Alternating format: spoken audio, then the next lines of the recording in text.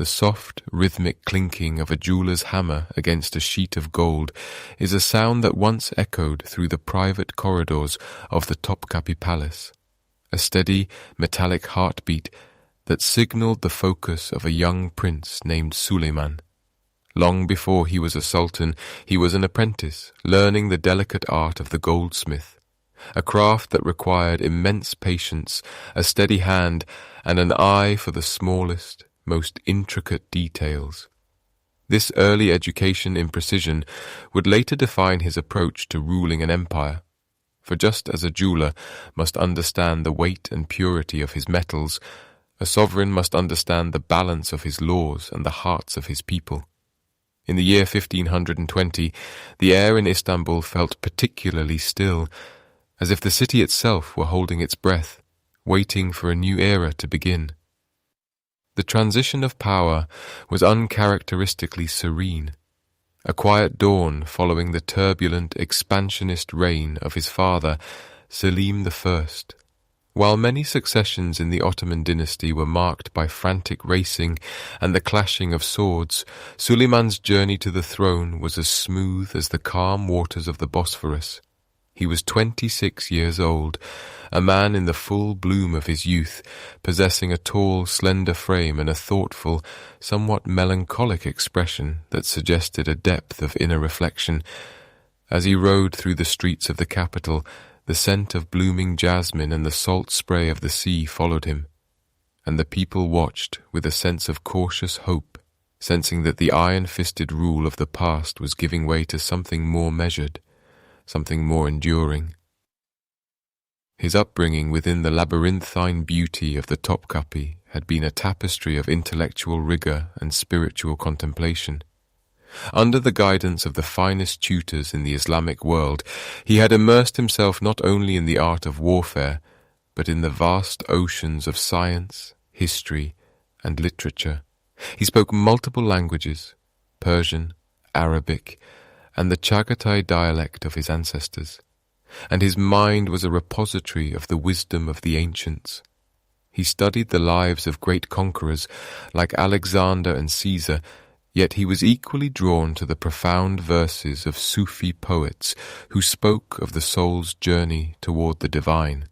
This balance of the sword and the pen created a ruler who understood that true power was not merely found in the conquest of lands, but in the cultivation of justice and the nurturing of culture. As you settle into your blankets tonight and let the weight of the day drift away, I want to thank you for joining me here at the Slumber Archives. It is a pleasure to have you with us as we explore these quiet corners of the past. If you find these historical journeys help you find rest, perhaps you might consider subscribing to our channel. We share new narrations every single day to help you drift off into a peaceful sleep. A simple like on this video also helps others find our community of nighttime travelers. Now, as the candles flicker low and the shadows lengthen in our story, let us return to that pivotal moment in the 16th century, a time when the stars themselves seemed to align for the young sultan. There was a profound symbolic weight to his accession that was not lost on the scholars and mystics of the age. Suleiman was the 10th sultan of the Ottoman house, and he began his reign at the very dawn of the 10th century of the Hijra. In the numerology of the time, the number 10 represented perfection and completion, a sacred sign that he was destined to be the seal of the century. This sense of divine timing lent an air of destiny to his every move, as if he were carrying out a plan that had been written in the heavens long before his birth. One of his first acts as sultan was a gesture of profound mercy that resonated across the Mediterranean. During his father's reign, hundreds of Egyptian merchants and artisans had been forcibly relocated to Istanbul, held in a state of limbo far from their homes. Suleiman, recognizing the inherent unfairness of their plight, ordered their immediate release and provided them with the means to return to their families. It was a calculated signal to the world, a declaration that his reign would be defined by the rule of law rather than the whims of a tyrant.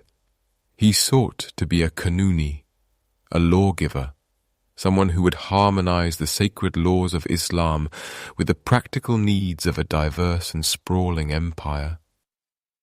The Istanbul he inherited was a city of 1,000 colors, a crossroads where the silk roads met the spice routes and where the calls to prayer mingled with the chatter of dozens of different tongues.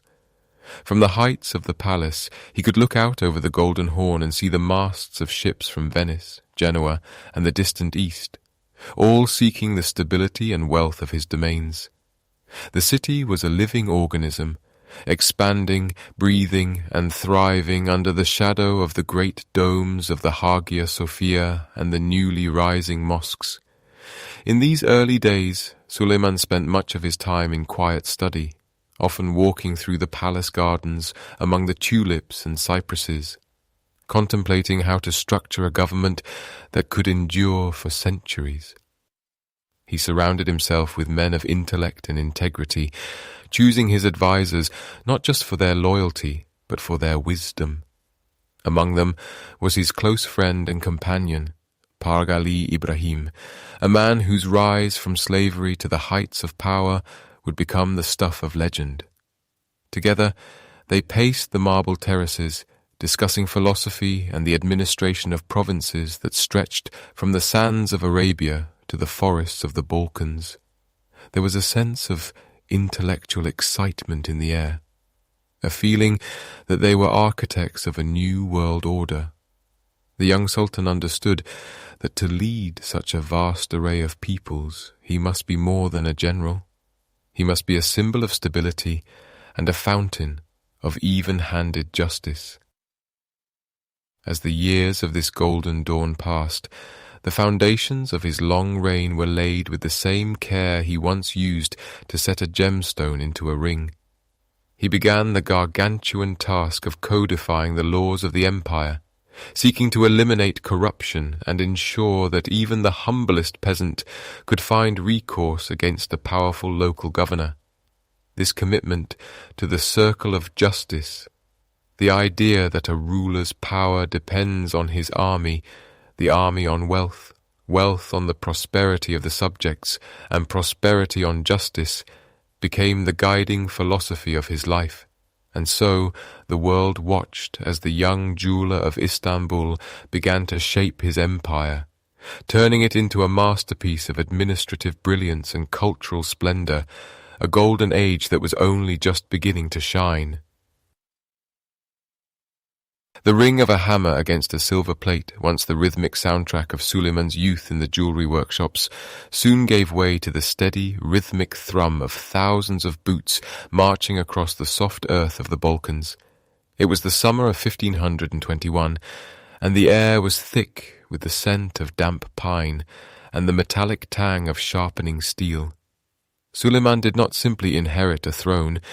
He inherited a destiny that stretched far beyond the walls of Istanbul, a destiny that required him to succeed where even his great-grandfather, Mehmed the Conqueror, had once faltered. The young sultan understood that for the Ottoman house to truly breathe, it had to reach toward the heart of Europe, and the key to that heart lay in a fortress known as the White City, the formidable stronghold of Belgrade. Perched where the Danube and Sava rivers meet in a shimmering embrace, Belgrade was more than just a city. It was the gateway to the Hungarian plains and the vital artery of Central European trade. For decades, it had stood as a defiant sentinel against Ottoman expansion, its thick stone walls mirroring the grey waters below. As Suleiman arrived with his vast army, the siege began not with a sudden storm, but with a patient, methodical pressure. The sound of heavy cannons echoed across the riverbanks, a low rolling thunder that vibrated in the chests of those who watched from the ramparts. The Sultan moved among his men with a quiet confidence, his presence a calm centre amidst the smoke and the dust of falling masonry. He watched as his engineers tunnelled beneath the earth and his navy blocked the silver veins of the rivers, slowly tightening the grip on the fortress until, in the late August heat, the gates finally swung open. The fall of Belgrade sent a ripple of quiet apprehension through the courts of Europe, for the gateway was now open, and the path to Vienna and beyond lay clear. But Suleiman was a man of balance, a ruler who understood that power on land was only half of the equation for an empire that sat at the crossroads of the world. His eyes turned south, away from the forests of the north, and toward the deep sapphire blues of the Mediterranean Sea. There, nestled like a jagged jewel in the Aegean, lay the island of Rhodes. It was the home of the Knights Hospitaller, a crusading order of warrior monks who had spent centuries fortifying their island into an impregnable labyrinth of stone and iron. From this rocky perch, the knights preyed upon Ottoman shipping, disrupting the flow of pilgrims and merchants travelling between Istanbul and the holy cities of the south. In the summer of 1522, the sea was crowded with the white sails of the Ottoman fleet, hundreds of ships cutting through the waves like a migration of great birds. Suleiman himself arrived on the shores of Rhodes, stepping onto the warm sand as the scent of wild thyme and sea salt filled the air. The siege that followed was a grueling test of endurance, lasting for 6 long months under a relentless sun. It was a war of geometry and patience, a slow dance of mining and countermining, where men fought in the dark, cramped tunnels beneath the earth as often as they did upon the sun-drenched battlements. The Knights of St. John were legendary for their ferocity, led by their Grand Master, Philippe Villiers de l'Isle Adam, a man of iron will who refused to yield even as the walls crumbled into dust. As the months passed, the island became a landscape of scarred earth and shattered stone, yet Suleiman maintained a sense of profound dignity and respect for his opponents. He saw in the knights a reflection of his own devotion to duty, and as the winter rains began to fall, he chose a path that few conquerors of his age would have considered. Rather than a final, bloody massacre, he offered the knights a choice of peace. In a display of chivalry that would be remembered for centuries, Suleiman granted the defeated defenders their lives and their honor. He allowed them 12 days to gather their belongings, their sacred relics, and their banners, and provided them with Ottoman ships to carry them safely away toward the west. There is a quiet story told of the final meeting between the young Sultan and the aging Grand Master, a moment where the heat of battle faded into a mutual recognition of courage. Suleiman was heard to remark to his advisers that it caused him great sorrow to force such a brave man from his home in his old age. As the knights sailed away into the misty horizon, eventually to find a new home on the island of Malta, Suleiman entered the city of Rhodes not as a vengeful destroyer, but as a restorer. He walked through the narrow, winding streets of the old town, where the shadows of the medieval arches fell long and cool against the ground, and he ordered that the churches be respected and the people spared from the usual plunder of war. The conquest of Rhodes was more than just a territorial gain. It was the birth of the Ottoman navy as a dominant, undisputed force in the Mediterranean. The Sultan realized that to protect his vast coastline and secure the wealth of the East, he needed to command the waves as effectively as he commanded the land. He began to pour resources into the great arsenal of Istanbul, where the rhythmic sound of sawing timber and the smell of boiling pitch became constant. Great galleys were constructed, their oars rising and falling in perfect unison like the wings of a dragonfly, turning the Mediterranean into an Ottoman lake. Ships laden with silk, spices, and precious stones could now travel with a new sense of security, their holds filled with the riches that would fund the golden age of his reign. And so, within just 2 years of taking the throne, the young jeweler had polished 2 of the most significant gems in his imperial crown. Belgrade had secured the north, and Rhodes had secured the sea. But for Suleiman, these victories were not merely about the expansion of borders. They were about the establishment of an order that he believed was divinely ordained. He returned to Istanbul not just as a conqueror, but as the lawgiver, a man who saw the administration of his empire as a sacred craft, much like the delicate setting of a stone in a ring. As the years passed and the sun set over the Golden Horn, reflecting off the domes of the mosques in hues of violet and copper, the empire began to settle into a period of unprecedented stability. The legislative reforms he had begun were now being woven into the very fabric of daily life, from the markets of Cairo to the mountain passes of the Balkans. The people began to see that their sultan was a man who valued the steady hand of justice over the impulsive stroke of the sword. He was creating a world where a merchant could travel thousands of miles without fear, where the peasant was protected from the whims of a greedy governor, and where the arts could flourish under the shade of a stable and prosperous peace. The rhythm of the empire was changing, moving from the frantic pace of early conquest to the deep, slow breathing of a mature state. In the quiet corridors of the Topkapi Palace, Suleiman would often spend his evenings reading poetry or studying the stars, his mind always working, always seeking to refine the masterpiece he was building. He knew that the eyes of the world were still upon him, the Habsburgs in the west, the Safavids in the east. All were watching the rise of this magnificent ruler. But for now, as the lanterns were lit across the city and the call to prayer drifted softly on the evening breeze, there was a sense of profound calm. The foundations had been laid, the gates had been opened, and the golden age was no longer a distant promise. It was the living reality of an empire that had finally found its true voice. A single heavy iron key turns in a lock, the sound echoing through the cold stone corridors of the Hofburg in Vienna, where the maps of Europe are laid out under flickering candlelight. It is the late summer of 1526, and the air across the Hungarian plains is thick with the scent of wild grass and the distant, rhythmic thrum of marching feet. The peace of the early rain has passed into a season of movement as Suleiman leads his army northward, a sea of silk and steel moving with the deliberate grace of a rising tide.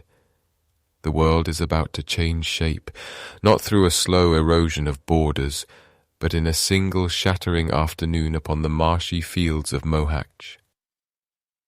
As the Ottoman forces crested the hills overlooking the Danube, they faced the young King Louis II of Hungary. The atmosphere was heavy with the stillness that precedes a storm, a quiet so profound that one could hear the rustle of the wind through the tall stalks of grain. In less than 2 hours, the centuries-old Hungarian kingdom, once the great bulwark of Eastern Christendom, would effectively cease to exist. The Ottoman cannons, organized with a precision that baffled contemporary observers, spoke with a thunderous authority that reshaped the geography of power in an instant. By the time the sun began to dip behind the horizon, casting long amber shadows over the quieted battlefield, the crown of Hungary lay unclaimed, and the way toward the very heart of Central Europe stood open. This victory was not merely a conquest of land, it was the beginning of a long psychological shadow that the Sultan would cast over the Holy Roman Empire. The news of Mohács rippled through the courts of Europe like a cold wind, reaching the ears of the Habsburg Archduke Ferdinand and his brother, the Emperor Charles V. To the Habsburgs, Suleiman was no longer a distant eastern potentate. He was a neighbor, a rival, and a constant presence at the edge of their dreams. The rivalry that flickered to life in the aftermath of Mohács was more than a struggle for territory. It was a clash of two different visions of the world, two titans who believed they held the mandate of heaven to rule over the fractured pieces of the Roman legacy. As the years passed, the Ottoman presence became a permanent fixture of the European consciousness. By 1529, Suleiman's gaze turned toward Vienna, the golden apple that sat at the crossroads of the continent. The march toward the city was long and arduous, plagued by unseasonable rains that turned the roads into rivers of mud and forced the heavy siege engines to be left behind. Yet, even without his greatest cannons, the arrival of the Sultan beneath the walls of Vienna sent a tremor through the stone foundations of the city. The residents looked out from the ramparts to see a city of tents rising like a white forest in the meadows, the smoke from thousands of campfires curling lazily into the autumn sky. Inside the city, the atmosphere was one of desperate, quiet resolve, while outside, the Ottoman camp was a marvel of organization and luxury. Even in the midst of a campaign, the Sultan's quarters were draped in fine fabrics, the floors lined with thick carpets that muffled the footsteps of messengers. It is said that Suleiman watched the city not with anger, but with a calm, analytical patience. The siege of 1529 was a test of endurance, a dance of mining and countermining beneath the earth, where men fought in the dark by the light of small lanterns. Though the winter snows eventually forced a retreat, the psychological victory remained with the Sultan. He had proven that he could reach the very gates of the Habsburg heartland, leaving behind a lingering sense of vulnerability that would haunt the Holy Roman Empire for generations. Meanwhile, as the conflict with the Habsburgs simmered, a new and unexpected thread was being woven into the tapestry of international diplomacy. In the quiet chambers of the Louvre in Paris, King Francis I found himself caught between the crushing power of the Habsburgs and his own ambitions. In an act that scandalized the rest of the Christian world, the most Christian king turned his eyes toward the Sublime Porte.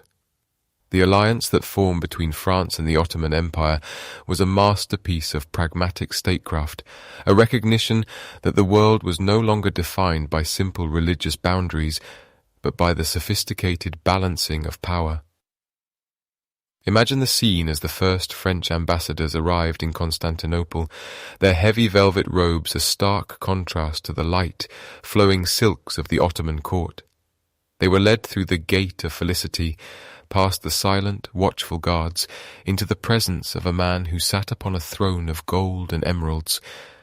This was the birth of a new kind of diplomacy, one where trade agreements and naval cooperation were discussed over bowls of sherbet and plates of delicate pastries.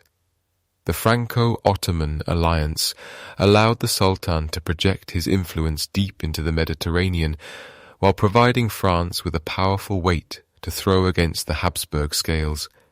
It was a partnership of shadows and whispers, a secret understanding that shifted the very axis of European politics. As the Ottoman shadow lengthened, it brought with it a strange sort of cultural exchange. In the markets of the West, the goods of the East began to appear with more frequency. Spices that warmed the palate, intricate silks that caught the light in ways European weavers had never seen, and the mysterious dark brew known as coffee, which would one day transform the social fabric of the continent. The rivalry was not just one of swords, but of prestige. Suleiman understood that to be a world ruler, one had to dominate the imagination as much as the battlefield. He commissioned magnificent works of art and architecture that reflected his status as the shadow of God on earth, ensuring that every traveler who returned from his lands carried stories of a realm where justice was swift, the cities were clean, and the Sultan's word was the ultimate law. The struggle with the Habsburgs continued in a series of lunges and parries, a grand game played out across the Mediterranean and the rolling hills of the Balkans. There were years of stalemate, punctuated by moments of sudden, brilliant movement. In 1532, Suleiman led another massive expedition toward Vienna. But this time the goal was not a siege. It was a challenge, a grand procession designed to draw the Emperor Charles V into a decisive battle. When the emperor declined to meet him in the open field, Suleiman used the opportunity to further solidify his control over the Hungarian lands, turning the region into a buffer zone that protected the heart of his empire. As the evening mist begins to settle over the Danube, one can almost see the ghosts of those two great empires still lingering in the landscape. The rivalry between Suleiman and the Habsburgs was the defining conflict of the 16th century, a struggle that forced Europe to look outward and redefine itself in the face of an Eastern superpower. It was a time of grand gestures and quiet betrayals, of silk pavilions and iron armor. And through it all, Suleiman remained the steady hand at the center of the storm, a ruler who understood that power was not just about the territory one held, but about the legacy one left behind in the minds of both friend and foe alike. The lanterns in the Sultan's camp are being extinguished now, one by one, as the army prepares for the long march back to the warmth of Constantinople. The rustle of the wind through the tents sounds like a soft sigh, a reminder that even the most monumental struggles are but moments in the long, slow turning of history.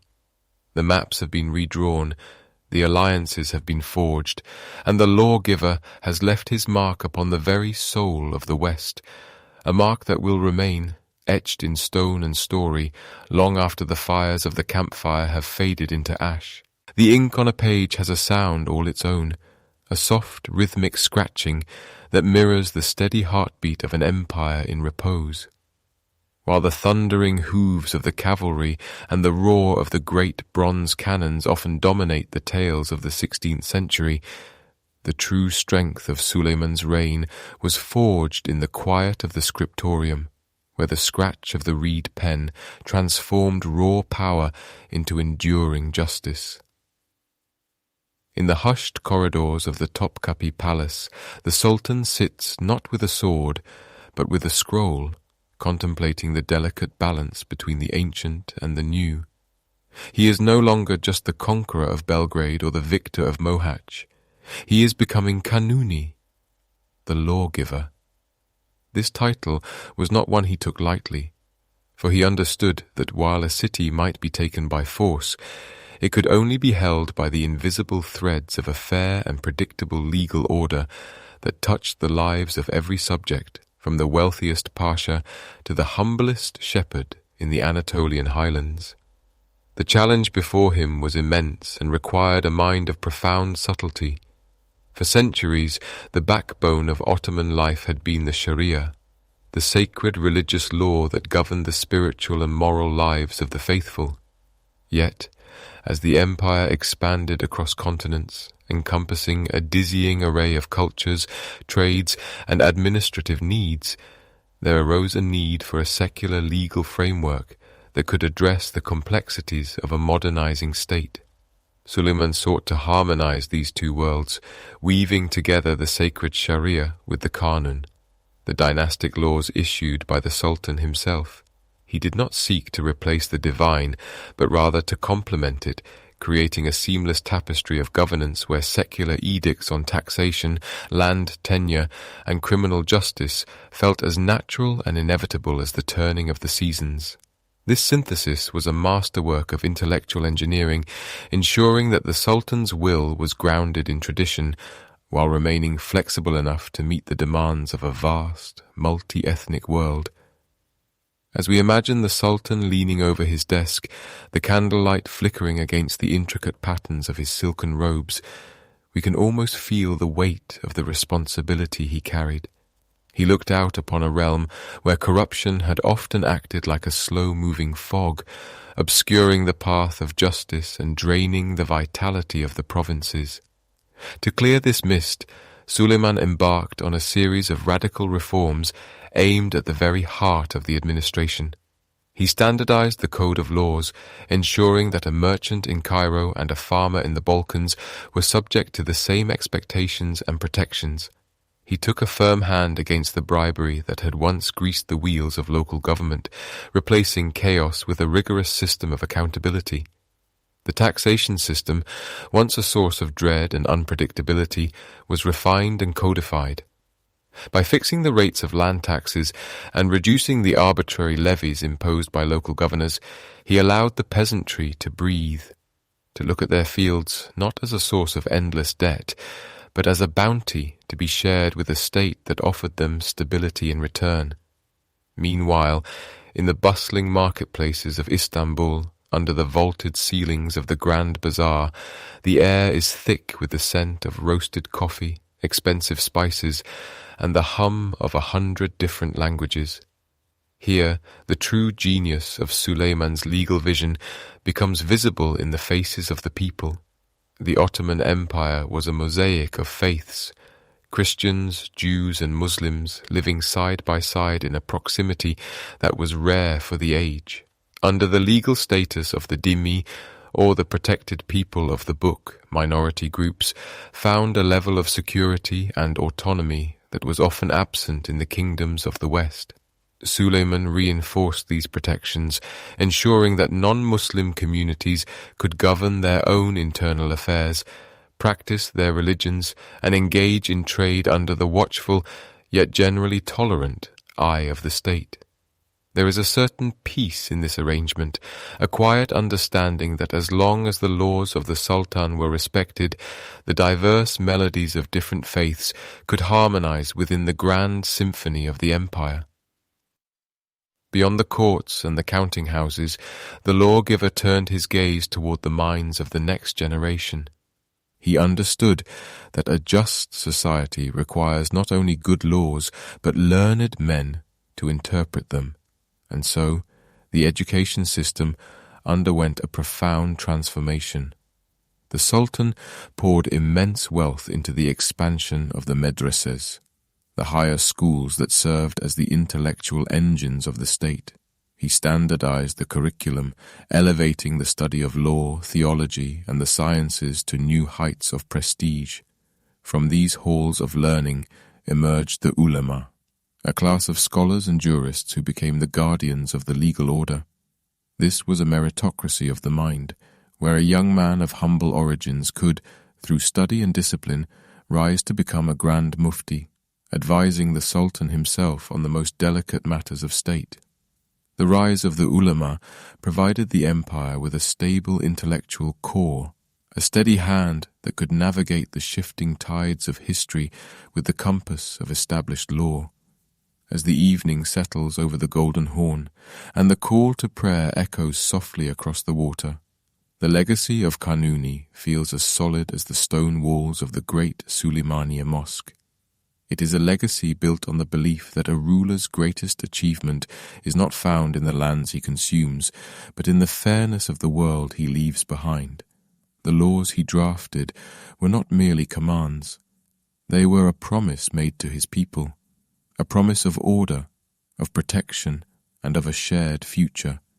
The scratching of the pen continues in our minds, a rhythmic reminder that even in an age of empires, the most powerful force of all is the quiet, steady application of justice. The ink dries, the scrolls are tucked away into cedar chests, and the empire sleeps, resting secure in the knowledge that the lawgiver has watched over the scales, ensuring that the balance remains true. In this stillness, we find the heart of Suleiman's reign, not in the clash of steel, but in the peaceful silence of an empire governed by reason and law. The scent of freshly sawn cedar and the rhythmic tapping of a stonecutter's chisel drift through the air of Istanbul, mingling with the salt spray of the Golden Horn. It is a time of creation, where the stability of the law provides the soil in which the arts may finally take root and bloom. While the Sultan's hand once held the hilt of a sword or the quill of a legislator, it now rests upon the blueprints of a city being reimagined. Architecture, in Suleiman's eyes, is not merely the stacking of stone upon stone. It is the physical manifestation of the divine order he has worked so hard to establish. To bring this vision to life, he turns to a man whose genius will mirror his own, a former military engineer named Mimar Sinan.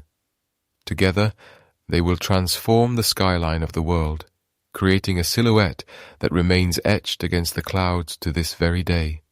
Sinan is a man who understands the language of gravity and the poetry of space. Under Suleiman's patronage, he begins the construction of the Suleimaniye Mosque, a structure designed to be much more than a place of prayer. As the foundations are dug deep into the earth, Sinan ensures the building will withstand the tremors of the land, creating a sanctuary that feels as eternal as the mountains. Inside the great dome, the light filters through hundreds of stained glass windows, casting soft pools of sapphire, emerald, and gold across the vast, open carpets. There is a profound stillness here, a sense of weightlessness, despite the thousands of tons of masonry suspended overhead. The acoustics are so finely tuned that a whisper at the mihrab can be heard in the furthest corner of the gallery, a gentle murmur that flows like water through the cavernous space. This mosque is the heart of a vast complex, a city within a city, containing soup kitchens, hospitals and libraries, all designed to serve the people under the Sultan's care. It is the architectural embodiment of the lawgiver's soul, balanced, benevolent, and breathtakingly vast. As the great domes rise toward the heavens, a different kind of beauty is unfolding within the smaller workshops of the palace. This is the era of the Ehl-i-Hiref, the community of the talented. These are the imperial guilds, an elite brotherhood of artisans gathered from every corner of the empire, from the silk weavers of Bursa to the ceramicists of Iznik and the calligraphers of Baghdad. Within these quiet rooms, the air is thick with the smell of natural dyes and the scratch of reed pens on polished paper. The Sultan does not merely fund these artists, he understands their craft, for he himself was trained as a goldsmith in his youth. He knows the patience required to set a ruby into a filigree of gold, and he values the steady hand that traces a line of ink until it becomes a prayer. Under his steady gaze, the decorative arts of the Ottomans begin to evolve into something distinct and mesmerizing.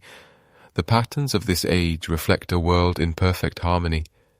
We see the rise of the Rumi style, with its swirling, rhythmic scrolls of stylized leaves that seem to have no beginning and no end, representing the infinite nature of the divine. Interwoven with these are the Hatay motifs, the lush, naturalistic flowers that speak of the gardens of paradise. Tulips, carnations, and hyacinths begin to bloom across the surfaces of Iznik tiles, their deep cobalt blues and vibrant tomato reds fired to a glass-like brilliance. These floral patterns spill over onto silken kaftans and heavy brocades, turning the very clothing of the court into a moving garden. As the sun sets over the Bosphorus, the light catches the metallic threads of a courtier's robe, flickering like moonlight on the water, a testament to the meticulous labor of the guilds who work through the quiet hours to perfect their art. Yet, for all the grandeur of the stone and the splendor of the silk, there is a more private side to the Sultan's creative spirit. When the lanterns are lit and the palace falls into a deep, respectful hush, Suleiman retires to his private chambers. Here, the ruler of 3 continents becomes a poet. Writing under the pseudonym Muhibi, which means the lover or the devoted friend, he pours his reflections into verse. In the world of his poetry, the heavy crown is set aside, and the Sultan speaks as a man humbled by the beauty of the world and the complexities of the heart. His lines are slow and rhythmic, designed to be read in the soft glow of a candle. He writes of the transience of power, noting that a single breath of health is worth more than the sovereignty of the entire world.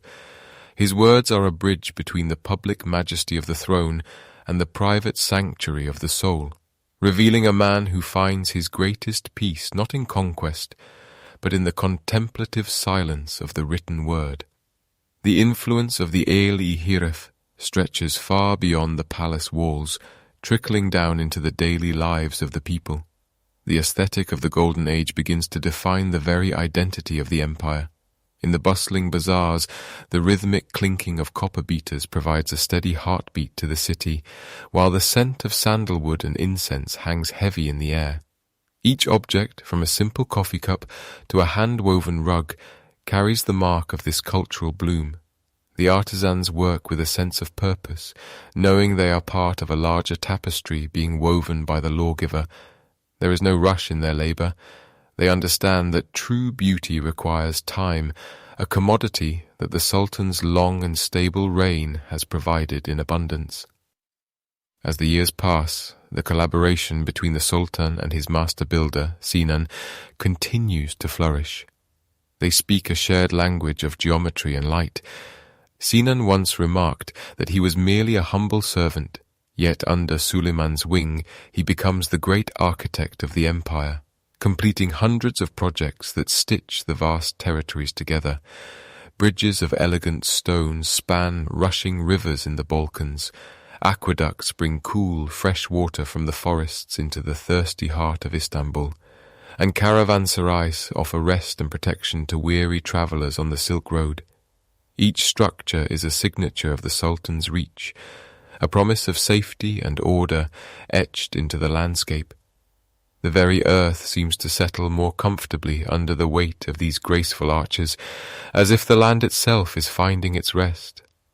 In the quiet of the evening, when the call to prayer has faded into the twilight, one can almost imagine the Sultan standing on a balcony overlooking the city he has helped shape. The silhouette of the Suleymaniye Mosque stands dark against the indigo sky, its minarets reaching up like frozen echoes of the Sultan's own aspirations. Below, the city sleeps, protected by the laws he wrote and beautified by the arts he nurtured.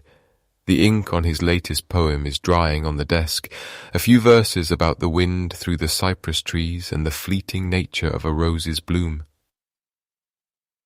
It is in these moments of cultural richness that the empire finds its true strength, not in the roar of the cannon, but in the soft scratch of a pen and the steady placement of a sapphire-coloured tile. The master builder and the lawgiver have created a world where the mind is free to wander through gardens of stone and verse, drifting into a dream of an empire that will endure through the sheer power of its beauty. The scent of jasmine hangs heavy in the air of the inner courtyards, drifting through the intricate lattices of the Topkapi Palace as the day yields to the quietude of the night. Within these walls, where the whispers of history are etched into the very marble, a transformation is taking place that will forever alter the heartbeat of the Ottoman dynasty. It is a change born not of steel or conquest, but of a singular, profound connection between two souls who found one another in a world governed by rigid tradition. For centuries, the sultans of the House of Osman followed a strict, unwritten code regarding their companions, a system designed to ensure that no single woman could ever hold too much power over the throne.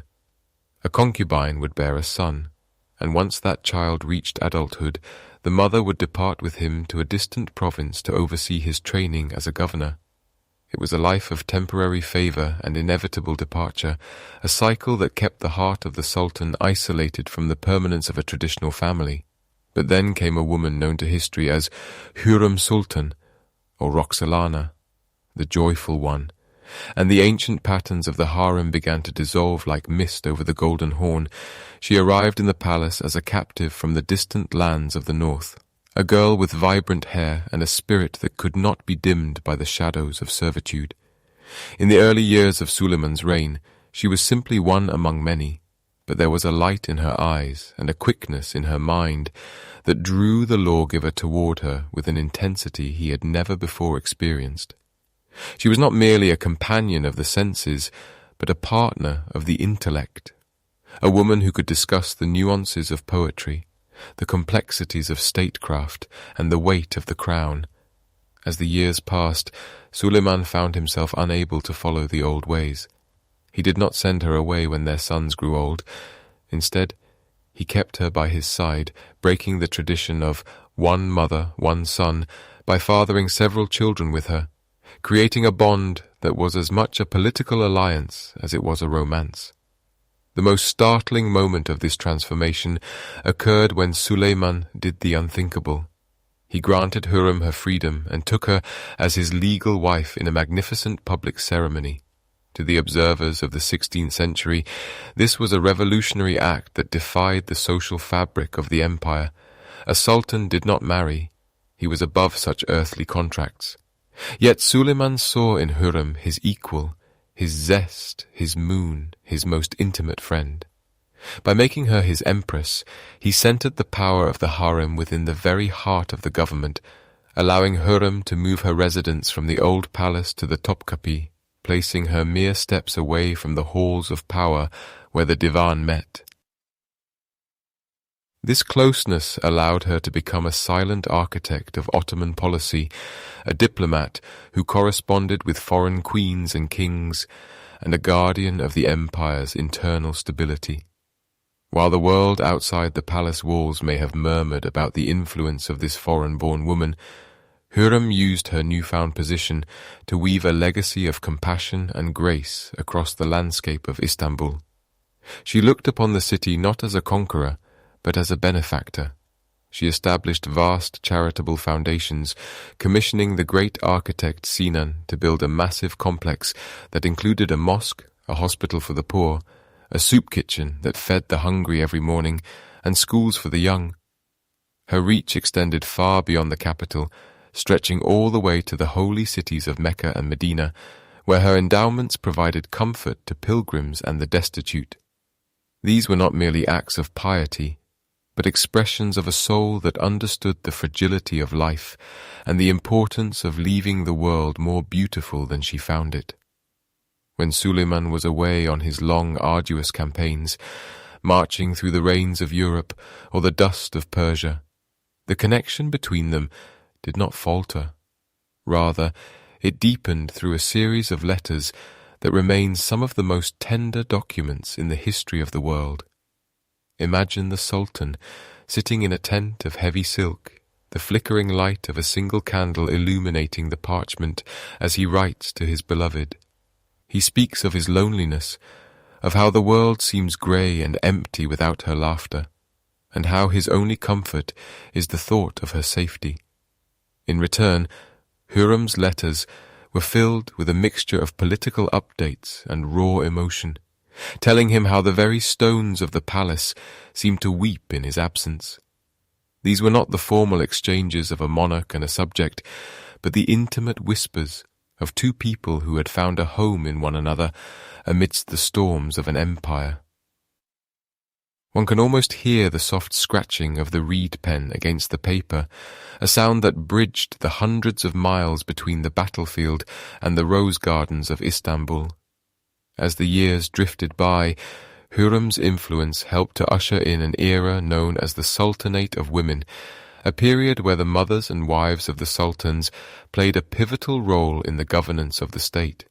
She proved that the harem was not merely a place of seclusion, but a center of education, culture, and diplomatic intelligence.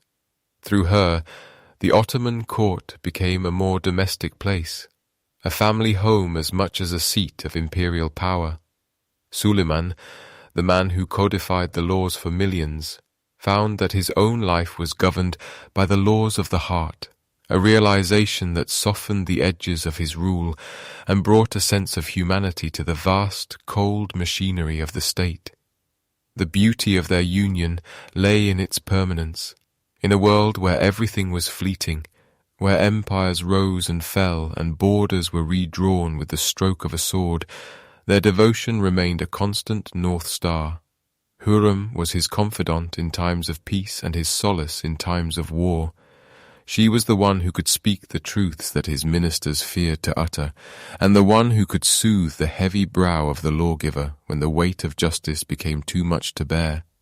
Together, they refined the culture of the court, encouraging the arts and creating an atmosphere where the pursuit of knowledge was held in the highest esteem. And so, the story of Hürrem Sultan is not just a tale of a rise to power, but a story of how love can reshape the very foundations of history. It reminds us that behind the grand monuments and the sweeping conquests, there are always the quiet moments of shared understanding, the gentle touch of a hand in the dark, the shared glance across a crowded hall, and the enduring power of a promise kept. As you drift closer to sleep, imagine the quiet halls of the Topkapi at midnight, where the only sound is the rhythmic splashing of a fountain in a marble basin. The empire is at rest, held steady by the laws of Suleiman and the grace of Hürrem. The legacy they built together is like a tapestry woven with threads of gold and silk, strong enough to withstand the passage of centuries, yet soft enough to provide comfort to the weary. The power of the harem was not a power of force, but a power of presence, a reminder that even the most magnificent of rulers needs a place of peace, a sanctuary where the crown can be set aside and the soul can simply be. The stars over Istanbul continue their slow ancient dance, watching over the city that Suleiman and Hürrem loved so dearly, a city where every stone tells a story of a lawgiver and the woman who taught him the true meaning of a kingdom. In this dream of the past, there is no conflict, only the steady pulse of a heart that beat for an empire, and the quiet, enduring echo of a love that changed the world forever. The clatter of iron-shod hooves against the sun-baked stones of the Anatolian plateau creates a steady, rhythmic cadence, a sound that has become the heartbeat of Suleiman's middle years. To rule an empire is to be in constant motion, and for the Sultan, the path to the east is a long, winding ribbon of dust and memory that stretches toward the horizon where the sun rises over the Safavid realm. The air here is different than the salt-misted breezes of the Bosphorus. It is dry, smelling of wild thyme and the distant, cooling snows of the Zagros mountains. As the imperial tent is pitched each evening, the vastness of the landscape seems to mirror the vastness of the Sultan's responsibilities, a weight that grows heavier even as his borders expand further than any of his ancestors could have dreamed. The conflict with Shah Tahmasp of Persia is not a war of quick victories or decisive sea battles, but a slow grinding dance of shadows and endurance. The Safavids are masters of the scorched earth, retreating into the high, jagged heart of their country and leaving nothing behind but charred fields and empty wells. For Suleiman's massive army, the logistics are a daunting tapestry of supply lines that stretch back hundreds of miles, a constant struggle to keep thousands of men and horses fed in a land that seems to resist being conquered. Yet, there is a quiet persistence in the Sultan's stride. In the year 1534, this persistence bears its most gilded fruit as the gates of Baghdad swing open. To enter the city of the caliphs, the legendary seat of Harun al-Rashid, is to step into a ghost of former glory, where the Tigris flows dark and deep under the moonlight. Here, Suleiman walks through the ruins and the roses, reclaiming the spiritual heritage of the Islamic world and adding the title of Protector of the Holy Shrines to his already burgeoning list of honors. But the mountains of the east are unforgiving, and the physical toll of these campaigns begins to etch itself upon the Sultan's face. The long days in the saddle, the sudden shifts from the blistering heat of the plains to the bone-chilling cold of the mountain passes start to wear at the iron constitution of the lawgiver. Each mile gained feels like a victory over the earth itself. Yet as he secures the frontiers of Mesopotamia and the Caucasus, the internal landscape of his own house begins to fracture in ways that no decree can mend. The shadows within the Topkapi Palace grow longer, and the silence in the corridors becomes more profound as the years of the 1530s and 40s unfold. Perhaps the most stinging loss is the one that begins with a whisper and ends with the silence of a grave. Pargalı Ibrahim Pasha, the favorite who rose from a Greek slave to the Grand Vizier, the man who was Suleiman's brother in all but blood, finds that the height of his power is also the edge of a precipice. They had shared meals, secrets, and the heavy burden of the state. But power is a heady wine that can cloud the judgment of even the closest friends. In the quiet of a spring night in 1536, the bond is severed by the Sultan's command. The execution of Ibrahim leaves a void in Suleiman's life that no other advisor can ever truly fill, a reminder that the throne is a solitary peak where the wind blows cold, and the price of stability is often the sacrifice of the heart's most cherished connections. As the decade turns, the weight of the crown begins to manifest as a persistent ache in the limbs and a weariness in the soul.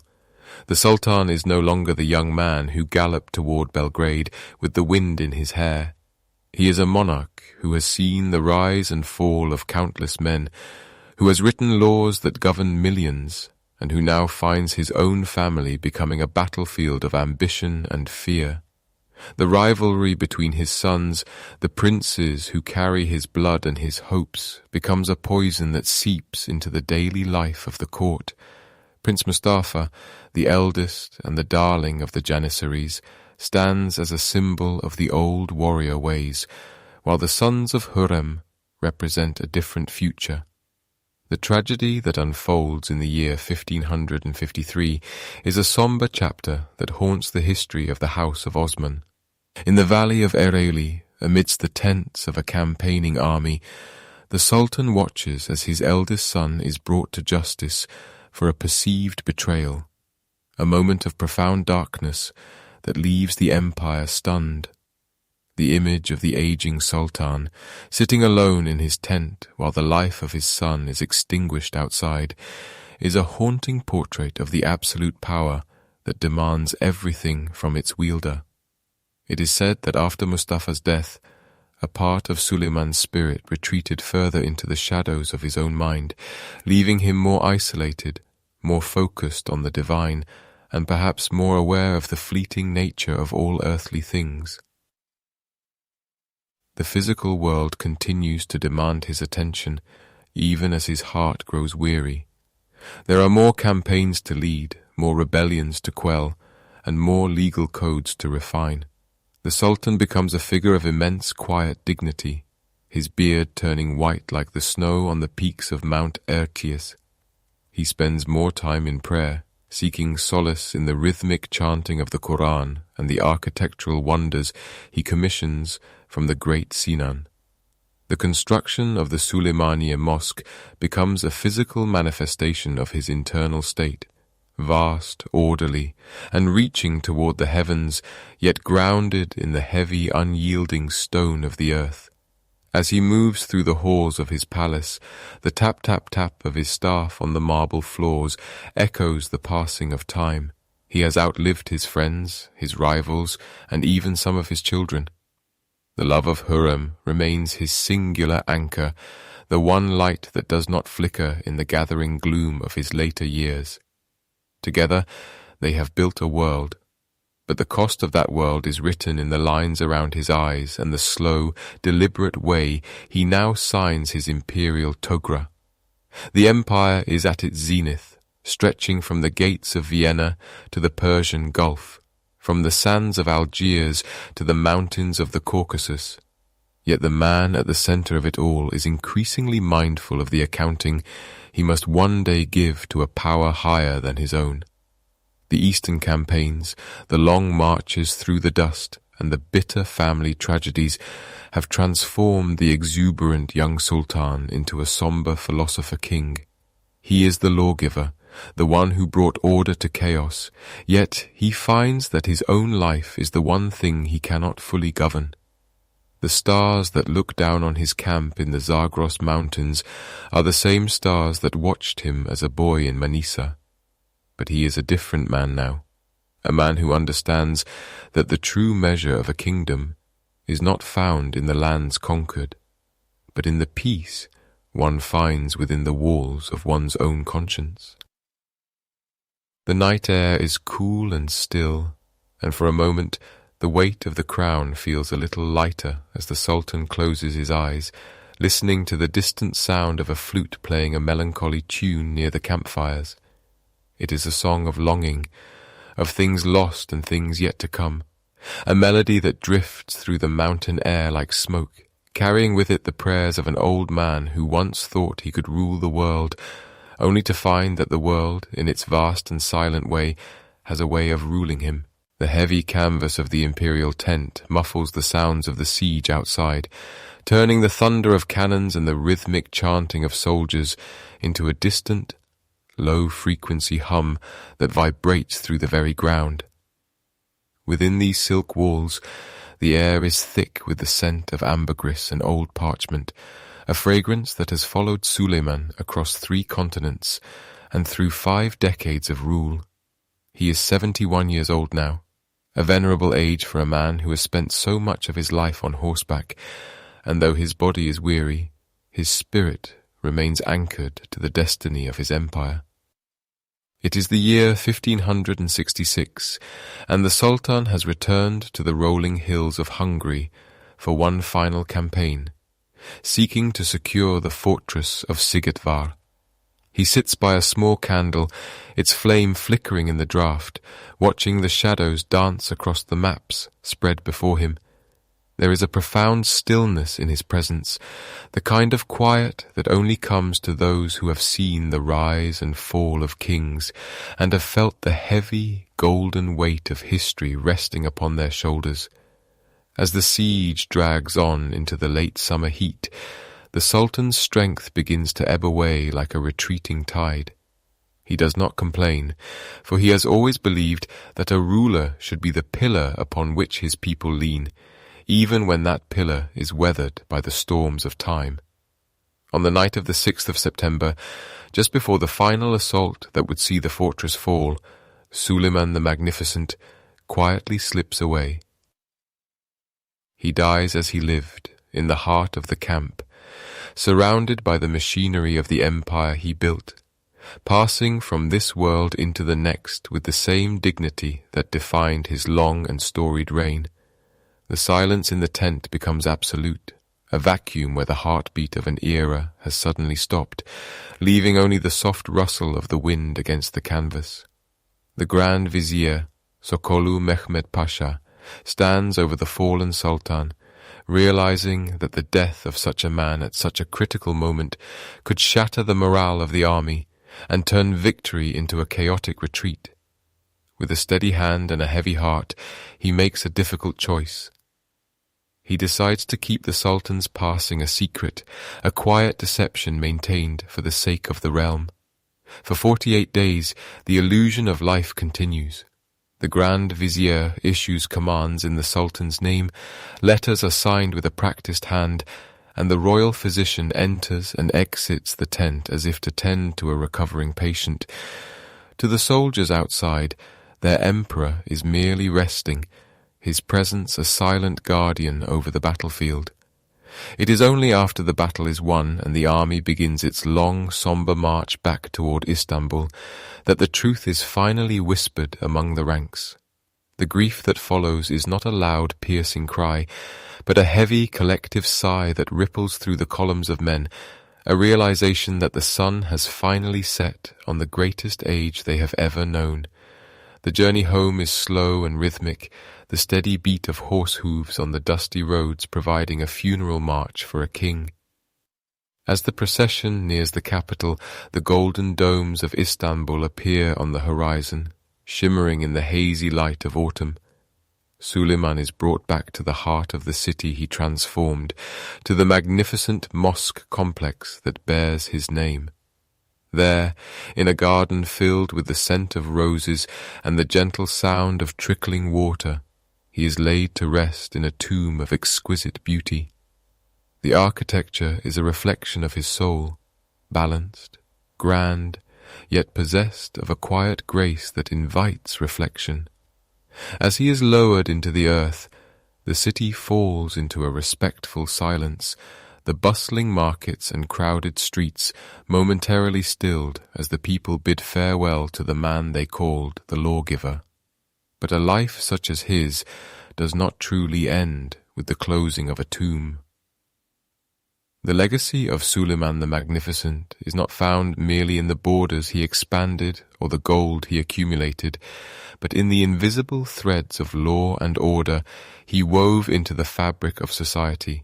His legal code, the Kanuni Osmani, was a masterpiece of administrative wisdom, harmonizing the ancient principles of sacred law with the practical needs of a diverse and growing empire. He understood that a kingdom held together only by the sword will eventually crumble, but a kingdom held together by justice can endure for centuries. This code of laws became the blueprint for the Ottoman state, providing a framework of rights and responsibilities that protected the humble peasant as well as the high-ranking official. For 300 years after his passing, his legal reforms continued to influence the governance of lands stretching from the Balkans to the Persian Gulf, a testament to the foresight of a man who looked beyond his own lifetime. As the years turn into decades and the decades into centuries, the image of Suleiman evolves from a living ruler into a timeless symbol of wisdom. Historians in far-off lands would look back at his reign as a golden age, a period where art, poetry and architecture flourished under the steady hand of a patron who valued beauty as much as power. The poets he supported continued to sing of love and loss, their verses echoing through the coffee houses of Istanbul long after the Sultan's name had become a legend. The architects he commissioned, most notably the brilliant Sinan, left behind stone monuments that still pierce the sky, their minarets standing like silent sentinels over the Bosporus, reminding every traveller of the heights the human spirit can reach when guided by a singular vision. In the quiet hours of the night, when the modern world slows its frantic pace, one can almost feel the presence of the Lawgiver in the shadows of the great arches and the cool marble of the courtyards. He is there in the sense of order that persists in the old quarters, in the enduring strength of the foundations he laid, and in the very idea that a ruler's greatest achievement is the peace he leaves behind. His life was a long, winding river, sometimes turbulent and fierce, but ultimately flowing toward a vast and peaceful sea. He taught the world that true magnificence is not found in the glitter of a crown, but in the enduring weight of a fair law and the quiet dignity of a life spent in service to a vision larger than oneself. The stars above the Suleymaniye Mosque shine with a cold, clear light, the same stars that Suleiman watched from his tent in the deserts of Iraq and the forests of Hungary. They are indifferent to the rise and fall of empires, yet they seem to pulse with a gentle rhythm, as if keeping time with the breath of history. As the night deepens, the memory of the Sultan becomes a soft blanket, wrapping the city in a sense of continuity and calm. The stories of his conquests fade into the background, leaving only the image of the man, the poet, the goldsmith, the legislator, who walked these streets and dreamed of a world where justice was as constant as the tides. And so, as the moon climbs higher and the last of the lamps are extinguished in the houses of the city, we leave the Sultan to his rest. The empire he built has changed, the borders have shifted, and the languages have evolved, but the essence of his work remains, a quiet whisper in the wind that tells of a time when one man's will shaped the world. Sleep now, and let the weight of the centuries fall away, carried off by the same river that carried the Sultan home, leaving you in the stillness of a legacy that will never truly fade.